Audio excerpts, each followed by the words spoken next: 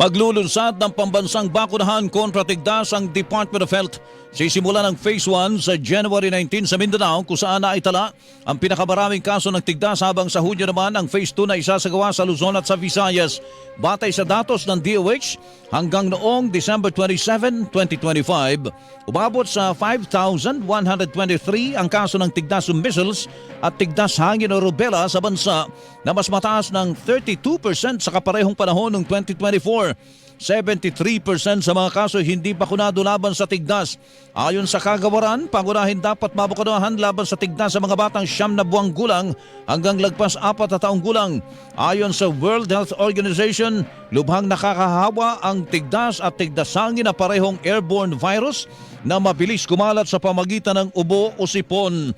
Tinatamaan ng measles virus ang respiratory system habang ang rubella virus ay umaatake sa lymph nodes, mata at balat.